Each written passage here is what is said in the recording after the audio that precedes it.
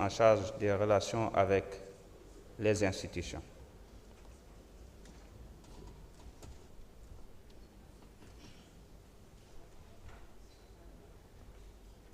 Je vais à l'instant procéder à la lecture de notre discours de clôture de la session ordinaire unique. Monsieur le Président de l'Assemblée nationale de la République de Gambie, chers frères, Monsieur le Président de l'Assemblée nationale de la République islamique de Mauritanie, chers frères, Monsieur le représentant du Président de la Chambre des représentants du Royaume du Maroc, Monsieur le ministre du Travail, de l'Emploi et des Relations avec les institutions, chers anciens présidents de l'Assemblée nationale, chers collègues députés, honorables invités, mesdames et messieurs, en cette cérémonie solennelle de clôture de la session ordinaire unique, permettez-moi, avant toute chose, d'adresser mes sincères remerciements aux délégations parlementaires venues des pays amis. Je voudrais citer mes collègues de la Gambie, de la Mauritanie et du Maroc. Votre présence parmi nous n'est pas seulement un honneur. Elle incarne une solidarité parlementaire active et témoigne avec force de la vitalité de la diplomatie parlementaire dans la construction de démocraties solides, coopérantes et résilientes. Je tiens également à rendre un hommage appuyé à l'ensemble de mes collègues députés de notre institution parlementaire. À vous, chers collègues, je dis merci pour votre engagement constant, pour votre esprit de responsabilité, votre sens du sacrifice et votre fidélité au mandat que vous a confié le vaillant peuple sénégalais. J'adresse aussi mes remerciements sincères aux agents de l'administration parlementaire et aux membres de mon cabinet. Dans l'ombre, mais avec un professionnalisme remarquable, ils ont soutenu la dynamique de réforme que nous avons engagée avec détermination. Je tiens également à rendre un vibrant hommage à tous mes prédécesseurs qui ont contribué activement à la vitalité démocratique de notre pays depuis son accession à l'indépendance. Mesdames, Messieurs, chers collègues, honorables invités, cette session a été marquée par un engagement collectif remarquable face à des défis considérables. Dès l'installation de la 15e législature, le 2 décembre 2024, nous avons dû faire face à une urgence institutionnelle, à savoir le vote du budget 2025 dans des délais extrêmement serrés.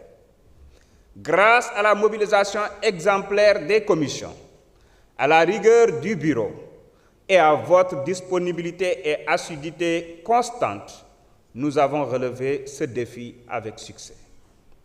Ce vote, effectué dans le respect strict du calendrier légal, est le fruit d'un Parlement mobilisé, responsable et conscient de son rôle. Mesdames et Messieurs, chers collègues, honorables invités, cette performance ponctuelle n'aurait de sens que si elle s'inscrit dans une dynamique durable portée par un cadre juridique adapté. Nous avons très vite identifié l'obsolescence de nos textes internes, dont le règlement intérieur, le règlement administratif, le règlement financier, le statut du personnel, devenus de véritables entraves à notre efficacité, je dirais même à notre efficience.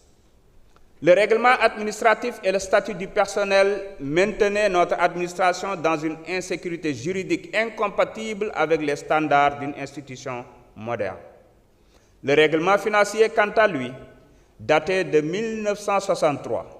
Il n'était plus conforme aux exigences de bonne gouvernance.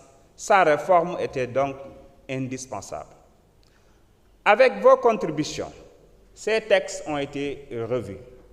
Nous avons désormais une base solide pour une action institutionnelle efficiente et responsable. Mesdames et Messieurs, chers collègues, honorables invités, le référendum de 2016 a élargi notre mission à l'évaluation des politiques publiques. Pourtant, 8 ans plus tard, cette mission restait inopérante. À ce sujet, nous avons constitué un comité pluraliste composé de la majorité, de l'opposition, des non-inscrits, de la société civile et d'universitaires. Ce groupe de travail a produit un rapport de grande qualité disponible aujourd'hui sur vos tables. Ce document est aussi l'objet d'un ouvrage de référence que j'ai personnellement accepté de préfacer. Nous avons également réactivé 2 commissions restées inactives depuis plus de 30 ans.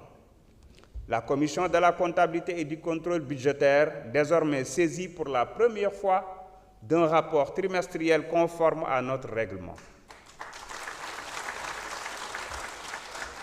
La commission des délégations, désormais en charge du suivi rigoureux de l'application des lois. Ces avancées concrètes consacrent un Parlement plus exigeant, plus transparent et plus redevable. Mesdames et Messieurs, chers collègues, honorables invités, nous partagions tous le constat d'un gaspillage documentaire insoutenable et d'une inefficacité dans l'exploitation des documents. À chaque session budgétaire, selon notre questeur qui a eu le temps de peser, en tout cas, les sacs qui nous ont été livrés, ce sont plus de 18 kg de papier par député qui étaient imprimés, sans oublier tous les projets de loi reçus durant la session, avec un impact environnemental, financier et organisationnel significatif. Face à cela, nous avons lancé un ambitieux plan de transformation digitale articulé autour de 4 axes: la transparence et l'efficience, la maîtrise des dépenses publiques, la modernisation et la simplification des travaux parlementaires, mais aussi l'amélioration de la qualité du service rendu aux citoyens. Dans cette même logique, chaque commission a été invitée à produire un plan de travail annuel avec des objectifs clairs et mesurables. Ce document, aujourd'hui disponible, constitue une innovation majeure dans notre histoire parlementaire. Désormais, la plénière, seule détentrice du pouvoir d'appréciation, évaluera périodiquement les performances des commissions. Cette culture de la redevabilité nous engage tous, à commencer par moi-même, président de l'Assemblée nationale. Pour accompagner cette exigence, des moyens adéquats doivent être garantis à chaque député, dans le respect de leur indépendance, à l'abri des pressions, de lobbies ou de groupes d'intérêt. À ce titre, un projet de tournée parlementaire intitulé « Le Parlement chez vous » est actuellement à l'étude au sein du Bureau et de la Conférence des présidents. Cette initiative prévoit une tournée dans les 14 régions du pays, qui sera sanctionnée par un rapport consolidé remis à l'exécutif en vue d'une meilleure prise en compte des préoccupations des populations lors de la prochaine session budgétaire. Je précise qu'il ne s'agit nullement d'une remise en question des vacances parlementaires des députés, mais plutôt un engagement supplémentaire au service du peuple. Mesdames, Messieurs, chers collègues, honorables invités, nous avons franchi un autre cap avec l'intégration de la chaîne parlementaire dans notre nouveau règlement intérieur. Je dois vous dire que la chaîne parlementaire n'est pas encore lancée, mais elle est en train d'émettre, et il y a même un canal au niveau de la TNT.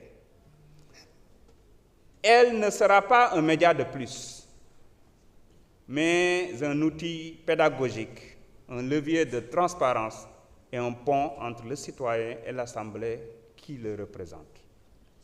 Les réformes engagées s'inscrivent dans un cadre plus large, inspiré par la volonté de transformation du président de la République, son Excellence Bassirou Diomaye Diakhar Faye. Notre Assemblée adhère pleinement à cette vision de rupture, de modernisation et de renforcement de la responsabilité publique. Elle en est un acteur actif.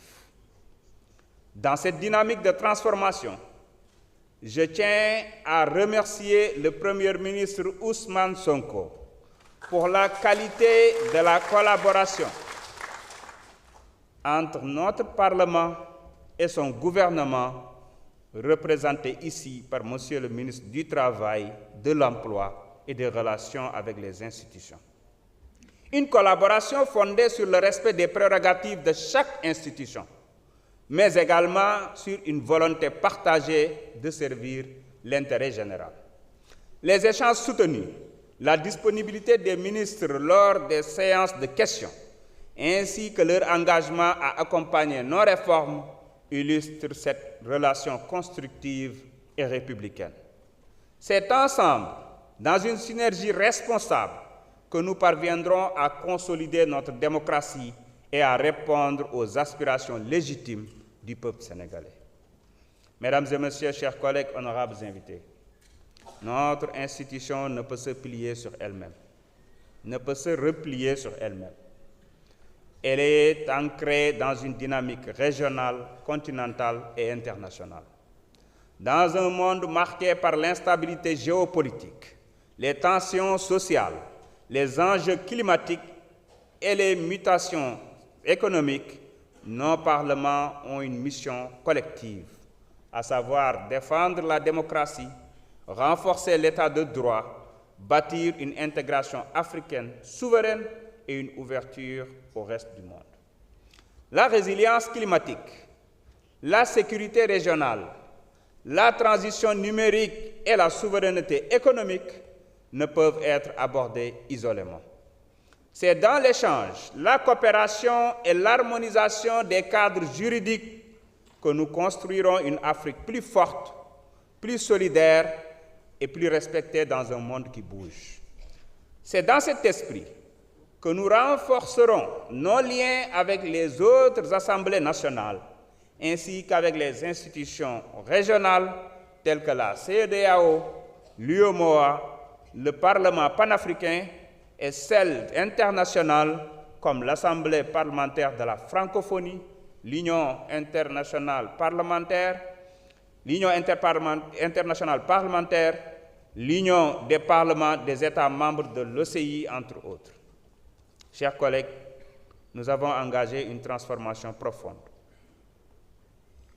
une assemblée plus moderne, plus responsable, plus proche du peuple. Le chantier est immense, mais le cap est clair. La volonté est ferme et l'engagement est collectif.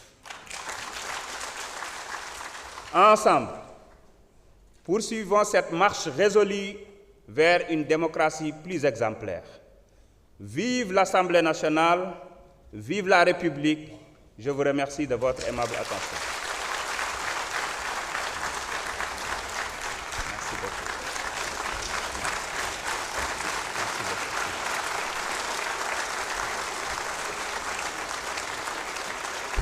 Merci beaucoup, chers collègues.